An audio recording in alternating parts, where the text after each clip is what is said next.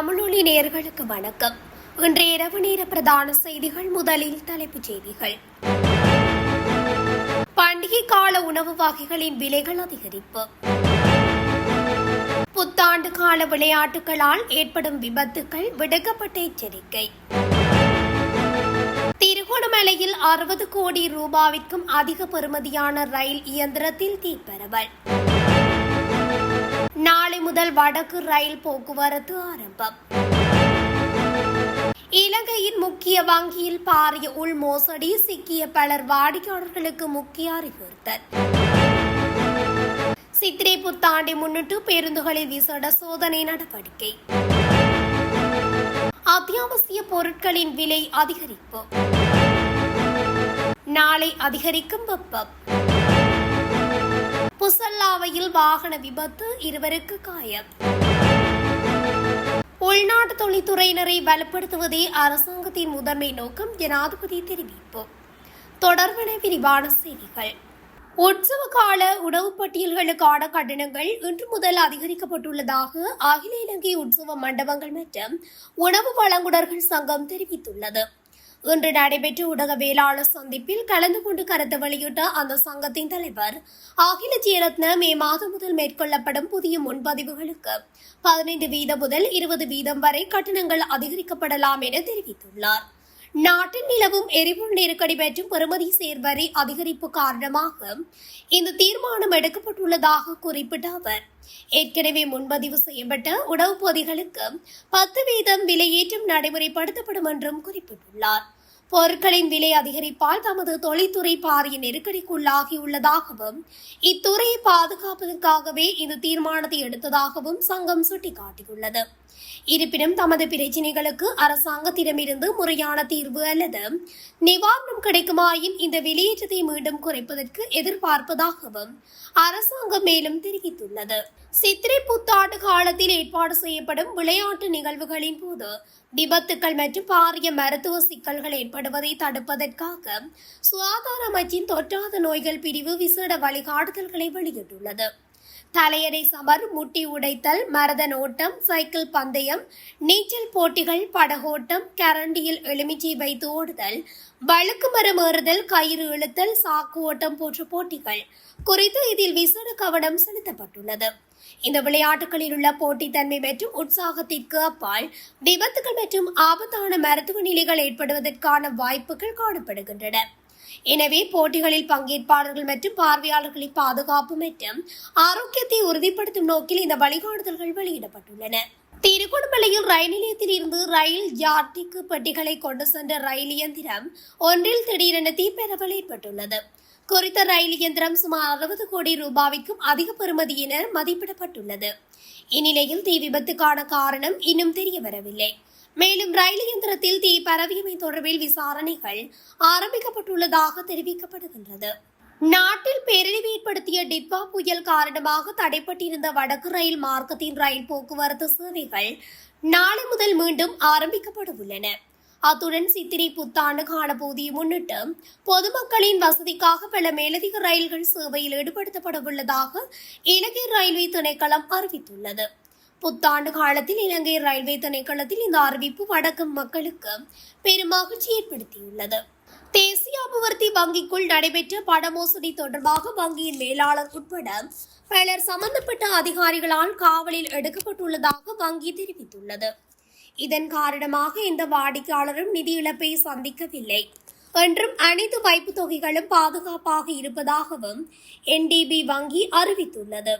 இந்த சம்பவம் முற்றிலும் உள் செயல்பாடுகள் தொடர்பானது என்பதால் எந்த வாடிக்கையாளர் கணக்குகளிலும் பாதிப்பு ஏற்படவில்லை என்றும் வாடிக்கையாளர்கள் முன்பு போலவே நம்பிக்கையுடன் தங்கள் பரிவர்த்தனைகளை தொடரலாம் என்றும் வங்கி கூறியுள்ளது. வங்கிகளில் இருந்து மக்கள் பெருமளவில் பணம் எடுப்பதையோ அல்லது பீதியுடன் பணத்தினை திரும்ப பெறுவதையோ தடுப்பதற்கு தேவைப்பட்டால் தேசிய அபிவிருத்தி வங்கிக்குள் அவசரகால பணப்புழக்க வசதிகளை பயன்படுத்திக் கொள்ளும் உரிமை உள்ளதாக மத்திய வங்கி அறிவித்துள்ளது. எதிர்வரும் சித்திரை புத்தாண்டை முன்னிட்டு பொதுமக்களின் நலன் கருதி மத்திய மாகாண பயணிகள் போக்குவரத்து அதிகார சபையின் அதிகாரிகள் பேருந்துகளை சோதனை செய்யும் விசேட நடவடிக்கை ஆரம்பித்துள்ளனர்.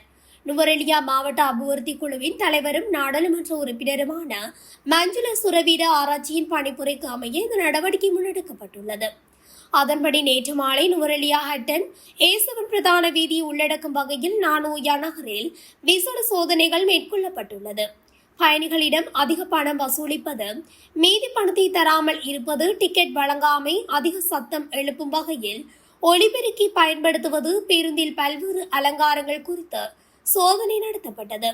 பயணிகளிடமிருந்து தொடர்ந்து கிடைத்த முறைப்பாட்டின் அடிப்படையில் இந்த நடவடிக்கைகள் மேற்கொள்ளப்பட்டுள்ளது.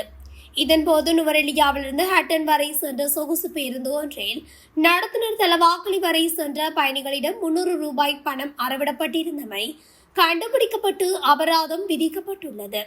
மேலும் இருக்கைகளின் எண்ணிக்கைக்கு மேலாக இருந்த பயணிகள் பயணம் செய்ய பேருந்துக்கும் அபராதம் விதிக்கப்பட்டுள்ளது. நுவரெலியா ஹட்டன் அரை சொகுசு பேருந்துகளில் இருக்கைகளின் எண்ணிக்கைக்கு மட்டுமே பயணிகளை ஏற்றிச் செல்ல வேண்டும் எனவும், குளிரூட்டப்படுதல் அவசியம் எனவும் இதன்போது சாரதிகளுக்கும் நடத்துனர்களுக்கும் எச்சரிக்கை வழங்கப்பட்டது. இதனைத் தொடர்ந்து நுவரெலியா ஹட்டன் சொகுசு வகைகளின் கீழ் இயங்கும் தனியார் பேருந்துகள் பேருந்தில் உள்ள இருக்கைகளின் எண்ணிக்கையை விட 2 முதல் 3 மடங்கு அதிக பயணிகளை ஏற்றிச் செல்வதாக பயணிகளிடமிருந்து முறைப்பாடுகள் கிடைப்பதாகவும் தெரிவித்துள்ளனர். இதன்படி விதிமீறல் இருந்த அனைத்து பேருந்துகளுக்கும் சட்டம் அமல்படுத்தப்பட்டுள்ளது. குறிப்பாக சொகுசு பேருந்துகளில் சாதாரண பேருந்து கட்டணத்தை விட 2 மடங்கு கட்டணமும் அறவிடப்படுகிறது.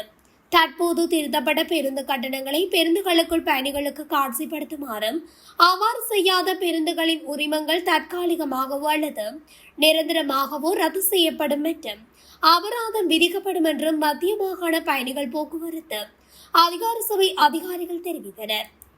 பண்டிகை காலத்தில் அத்தியாவசிய பொருட்களின் விலைகள் அதிகரிக்கப்பட மாட்டாது என வர்த்தகம் மற்றும் உணவு பாதுகாப்பு அமைச்சர் பசுந்த சமரசிங்க தெரிவித்துள்ளார். நாடாளுமன்ற அமர்வில் கலந்து கொண்டு கருத்து வெளியிடும் போதே அவர் இதனை தெரிவித்துள்ளார். மத்திய கிழக்கு மோதல் நிலைமைகளினால் தேசிய மட்டத்தில் எரிபொருள் உட்பட அத்தியாவசிய பொருட்கள் விநியோகத்தில் பாதிப்பு ஏற்பட்டுள்ளது என்பதை மக்கள் நன்கு அறிந்துள்ள போதிலும் எதிர்க்கட்சிகளே அதனை அறியவில்லை என்றும் அவர் குறிப்பிட்டுள்ளார். இந்த நிலையில் அத்தியாவசிய உணவுப் பொருட்கள் உற்பத்தியாளர்களுடன் பேச்சுவார்த்தைகளை நடத்தியுள்ளதாகவும் அமைச்சர் குறிப்பிட்டுள்ளார். அதற்கு மேல் கோதுமை மா உட்பட இனிப்பு உணவுப் பொருட்களின் விலைகளை அதிகரிக்கப் போவதில்லை என்று உற்பத்தியாளர்கள் உறுதியளித்துள்ளதாகவும் அமைச்சர் குறிப்பிட்டுள்ளார். நுகர்வோர் விவகார அதிகார சபை தொடர் தேர்தல் நடவடிக்கையை முன்னெடுப்பதுடன் அத்தியாவசிய உணவுப் பொருட்களின் விலைகளை அதிகரிக்காமல் இருப்பதற்கு உரிய நடவடிக்கைகள் எடுக்கப்பட்டுள்ளதாகவும் அவர் குறிப்பிட்டுள்ளார். நாட்டின் பல மாகாணங்களில் நாளை மனித உடலால் உணரப்படும் வெப்பத்தின் அளவு அதிகரிக்கக்கூடும் என்று வளிமண்டலவியல் திணைக்களம் தெரிவித்துள்ளது. மேல் சபரகமுவ, தெற்கு, கிழக்கு, வடமேல், வடக்கு மற்றும் வடமத்திய மாகாணங்களுடன் மொனராகலை மாவட்டத்தின் சில பகுதிகளில் வெப்பச்சூட்டன் உயர்வடையக்கூடும். இதேவேளை நாளை நண்பகல் 12-12 அளவில் சினாபம், பிங்கரிய, ஹல்மில்லவெவ, பண்டுவஸ் நுவர, ஹொகரெல்ல, கவுடுபெல்ல, கொப்பாவளி மற்றும் கிரான்குளம் ஆகிய பிரதேசங்களுக்கு மேலாக சூரியன் உச்சம் கொடுக்க உள்ளது. எனவே வெப்பத்தினால் ஏற்படும் உடல் பிரச்சனைகளை சரி செய்ய போதிய அளவு தண்ணீர் குடிப்பதோடு வெளியில் செல்வதை முடியுமான அளவு குறைத்துக் கொள்வது அவசியம் எனவும் மக்களுக்கு அறிவுறுத்தப்பட்டுள்ளது. கண்டி புசல்லாவி வீதியின் இரட்டை பாதை பகுதியில் இன்று பிற்பகல் இடம்பெற்ற வாகன விபத்தில் 2 பேர் காயமடைந்துள்ளனர். கார் ஒன்று வீதிக்கு அருகாமையில் நிறுத்தப்பட்டிருந்த முச்சக்கர வண்டியில் மோதினதில் இந்த விபத்து இடம்பெற்றுள்ளது. சம்பவத்தில் காயமடைந்த 2 பேர் வகுக்கப்பட்டிய வைத்தியசாலையில் அனுமதிக்கப்பட்டுள்ளனர். காரின் சாரதிக்கு ஏற்பட்ட நித்திரை மயக்கம் காரணமாகவே இந்த விபத்து நேர்ந்துள்ளது. சம்பவம் தொடர்பான விசாரணைகளை போலீசார் மேற்கொண்டு வருகின்றனர். உள்நாட்டு தொழில்துறையினரை பலப்படுத்துவதே அரசாங்கத்தின் முதன்மை நோக்கம் என்றும், அரசாங்கத்திற்கு தேவையான விநியோகங்களை மேற்கொள்வதில் எதிர்காலத்தில் உள்நாட்டு வர்த்தகர்களுக்கு வழங்கப்படும் வாய்ப்புகளை விரிவுபடுத்த எதிர்பார்ப்பதாகவும் ஜனாதிபதி அனுரகுமார திசாநாயக்க தெரிவித்துள்ளார். இலங்கை ஐக்கிய வியாபார கூட்டமைப்புடன் இன்று முற்பகல் ஜனாதிபதி அலுவலகத்தில் நடைபெற்ற கலந்துரையாடலின் போதே ஜனாதிபதி இதனை குறிப்பிட்டுள்ளார். மத்திய கிழக்கு போர்ச்சூழல் காரணமாக உள்நாட்டு தொழில்துறை எதிர்நோக்கியுள்ள சவால்கள் மற்றும் தொழில்துறையினர் எதிர்நோக்கும் பிரச்சினைகள் குறித்தும் அவற்றுக்கு வழங்கக்கூடிய சாதகமான தீர்வுகள் குறித்தும் இங்கு விரிவாக கலந்துரையாடப்பட்டன.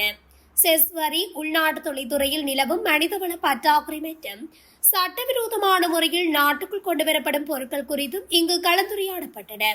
தரம் குறைந்த பொருட்கள் உள்நாட்டு சந்தைக்கு வருதல், அது சார்ந்து எழுந்துள்ள சிக்கல்களை தீர்ப்பதற்கு சம்பந்தப்பட்ட நிறுவனங்களுடன் இணைந்து மேற்கொள்ள வேண்டிய நடவடிக்கைகள் குறித்தும் இதன்போது தொடர்ந்து ஆராயப்பட்டது. கொள்கலன்களை விடுவித்தல், அதில் ஏற்படும் தாமதங்களை தடுப்பதற்கு எடுக்க வேண்டிய நடவடிக்கைகள் குறித்து கவனம் செலுத்தப்பட்டதுடன் அது தொடர்பாக சம்பந்தப்பட்ட தரப்பினருடன் கலந்துரையாடுவதற்கும் தீர்மானிக்கப்பட்டது. இத்துடன் தமிழொலியின் இன்றைய இரவு நேர பிரதான செய்திகள் நிறைவடைகின்றன. தொடர்ச்சியாக செய்திகளை அறிந்து கொள்ள தமிழொலி ஊடகத்துடன் இணைந்திருங்கள். நன்றி, வணக்கம். தமிழொலி ஒரே பார்வையில் இன்றைய செய்திகளை உடனுக்குடன் தெரிந்து கொள்ள தமிழொலி யூடியூப் தளத்தை சப்ஸ்கிரைப் செய்து கொள்ளுங்கள். இந்த வீடியோ பிடிச்சிருந்தா லைக் பண்ணுங்க, கமெண்ட் பண்ணுங்க, ஷேர் பண்ணுங்க. மறக்காம கீழே இருக்கிற பெல் ஐகானை கிளிக் பண்ணுங்க.